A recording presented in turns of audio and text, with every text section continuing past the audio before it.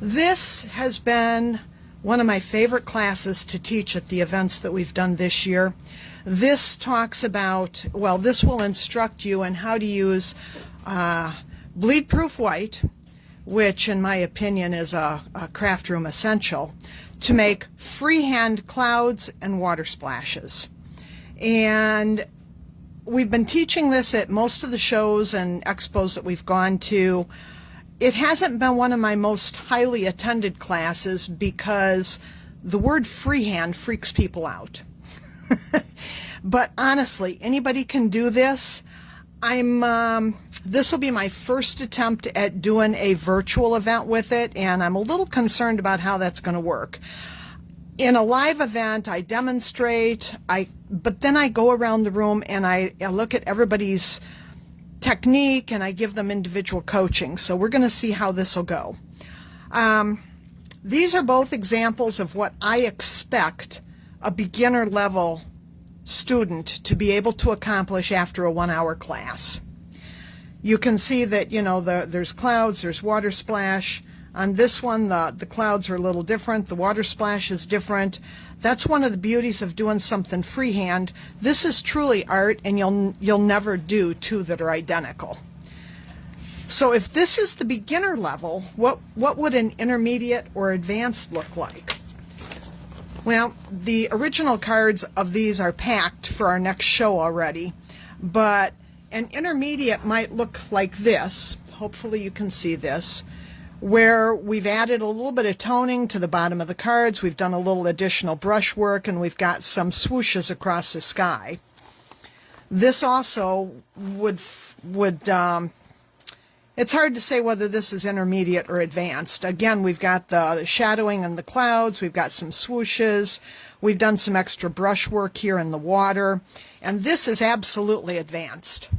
This is using the bleed proof with a lot of different ink colors to create a very beautiful sky. So for today, we're going to talk about what a beginner should be able to accomplish. Now, the first time I taught this class, I gave everybody a blank piece of high gloss paper. And we are using the Chrome Coat brand of paper. And they got a blank piece of white paper. They used cotton balls and re-inkers and painted, if you will, the shoreline and the water and the sky. The instructions about how to do that are included in your kit. But here's what happened. The first time I taught this class, we started with blank white paper, and everybody got to this point.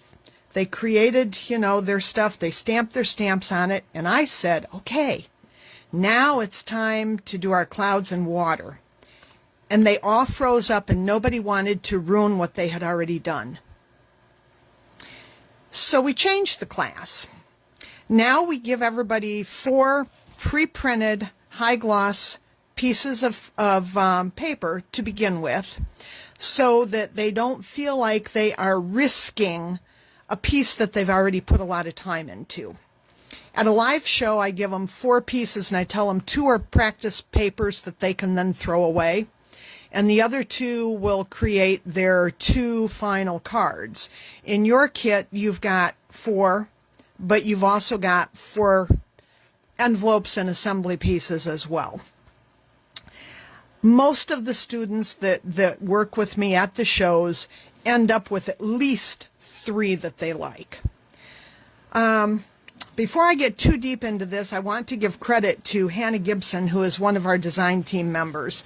This project was originally created by her, and of course, to turn it into a full-length class, we've kind of taken it and changed some things and run with it, but that doesn't change the fact that we really wouldn't have this class without Hannah, so we want to give her some credit for that as well.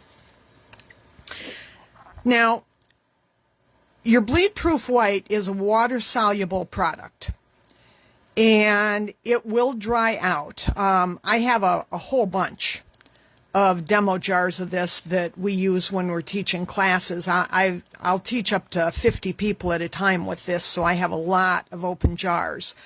I always encourage the people that are using them when they're finished to wipe off both the threads of the glass and the threads within the cap, and to put the cap back on securely, because otherwise it's going to dry out. Now, if it thickens but it is still moist, you can thin it with water. The one that you have in your kit may or may not need stirring, but it's a good practice to stir it real good before you use it each time. It is better if it is a little thicker than you need than thin. Now, I already stirred mine today, so you don't have to worry about that. Your kit also includes a paintbrush. When we started teaching this, I asked people to bring a small to medium-sized round paintbrush, and that's just too ambiguous. So the kits now include a paintbrush as well.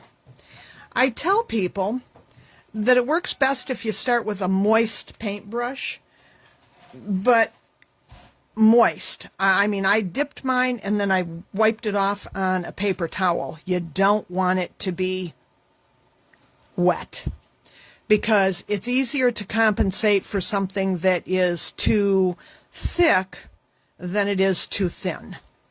Now, what you're going to do, I hope this one isn't too thin. You're going to just take your paintbrush and this one is borderline too thin. I may swap out jars before I'm done here. But basically, you're just going to put blots of paint down across your card. Then you're going to take a cotton ball and you're going to moisten it. Now, I dip just the edge into water, and I'm going to squeeze it so that some of that water migrates to the back. Again, one of the worst things that you can do is have too much water. You need a little, not a lot. And then we're going to take this and we're going to just tap up and down so that we create diffusion on the bottom of this cloud. And hopefully you can see this. I love showing people, in the classrooms. Now, if you really don't like what you've got, and this is way too early not to like it, but if you really don't like what you've got, you just wipe it off and start over. Okay? And here we are again. Ew, now I got stuff on my hand. Okay. That is the basic technique. Now I'm going to try to walk through this with you, and I'm going to try to verbalize some of the issues that some of my students have had sitting in a live class. Unfortunately, I can't roam around your craft room and peek over your shoulder and give you individual coaching. What I can do, though, is if you want to comment here, or if you want to take a quick cell phone snapshot of what's going on your project and share it with me, I can give you long distance coaching. If you watch the replay and you feel like you need help, I would ask you to reach out to me. A few photos and I can probably, do a good job of walking you through whatever's going on. Now, one of the problems a lot of people have is they want to draw. You need to avoid trying to draw your clouds. That will result in disappointment pretty much every time. You just kind of want to throw some product down there and a random shape, and then we're going to go back and we're going to diffuse that bottom edge.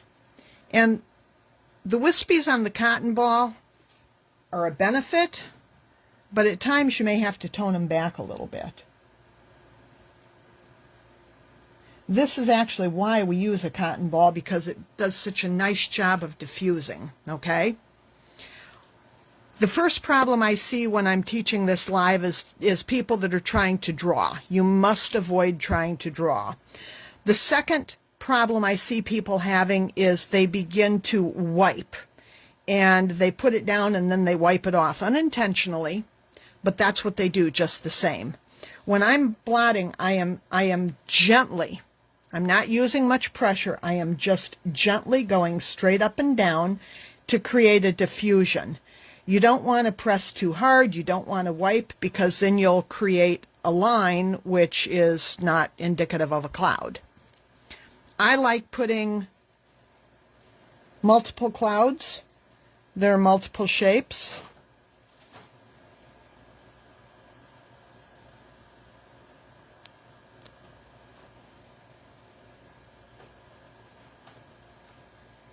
Let's see what this does.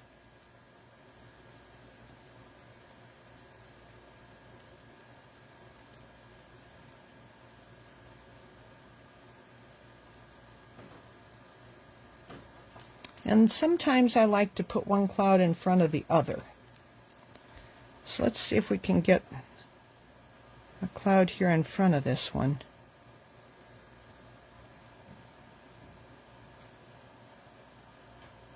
You don't want your clouds to be all the same shape or size. You don't want them to look geometric.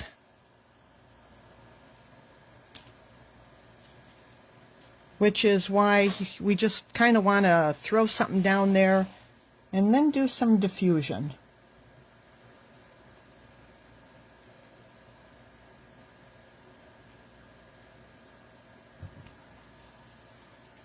So, now remember, every single time I do this, I create something different. But here's where I'm at so far. This one over here looks like it needs a little bit of help.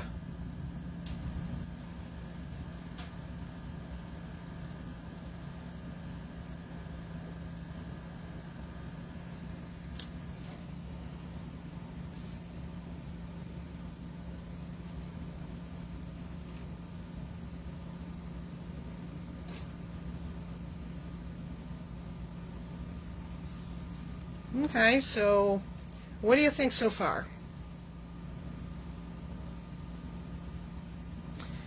Now, it's interesting because in the live classes, without fail, the students will either really enjoy the clouds and they'll be happy with their clouds, or they'll enjoy the water splashes and they'll be happy with the water splashes. But most of them have trouble with one or the other. So the water splashes is very similar to the clouds. You just kind of go along the water's edge, kind of just blotting it down.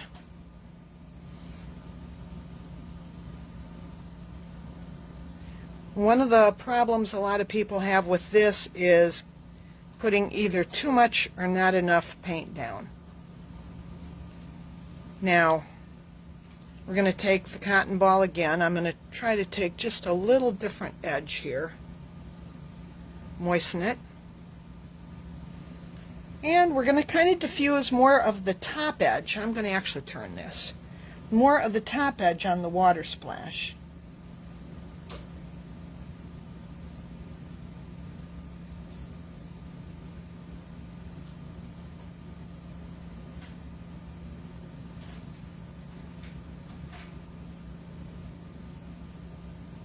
If you get too much water, you're not going to like your results.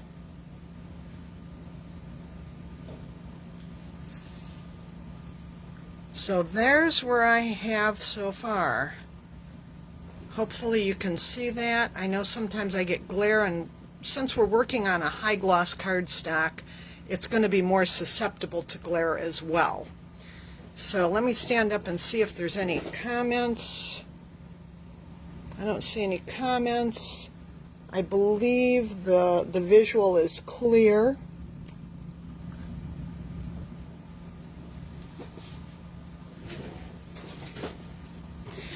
So that's where we are right now. Let me kind of recap in my own mind. This is typically a 1-hour live class, but it includes a lot of individual coaching. I'm not getting the feedback, so we're kind of blowing through this fast. Number one, avoid drawing. It should be very random. Number two, too much water is a problem. You're going to be washing off the paint as quick as you put it on. Light blots, light straight up and down blots is what you need to do for both the water's edge and the clouds. If you press too hard, or God forbid you rub, you're going to take that paint off and you're not going to be happy with what you get. You want to have the faintest of the thinned out paint to give you those splashes and that diffusion. We're working on chrome coat cardstock, which is a high gloss cardstock. And if you're really unhappy with it, you can take a wet cotton ball and wipe it all off and start over again. You can do that a few times before you begin to damage the surface. So even though your kit has 4 card faces in it, you actually have several do-overs available to you. I caution all of my students not to get too wrapped up in the details right out of the gate. I tell them that, you know, if it looks close to what they want, leave it, let it dry, set it aside, and tomorrow morning it's going to look fabulous. Sometimes we get so involved in the little details of our own artwork that we can't just see the bigger picture. Another artist's trick that I share with my students anytime we're doing freehand stuff is if you flip your piece upside down and you step away from it and you look at it, it'll look totally different. There's something about doing that that professional artists use all the time because it takes the focus away from any individual little detail and puts it more on the piece as a whole. So I can't believe we're done in 20 minutes, but I guess that's a wrap. I look forward to hearing from you individually. I'd like to hear about your successes, and I'd like to hear about your challenges. You're welcome to post photos of your work here on this thread. You're welcome to private message me with them, but I'm looking really forward to getting feedback. We're thinking about doing an advanced, well, intermediate to advanced level class of this for next year, and try to help you delve into some of the other things. But since this is the first effort at a virtual class, I'm curious to see how it works out for everybody. I'll be back. Let's see, my next class here is at 3 o'clock Central Time. I'll be back then and hope to see you. Thank you for joining me. This is Tanya Weekly with Peddler's Den. Website is peddlersden.com. Goodbye now.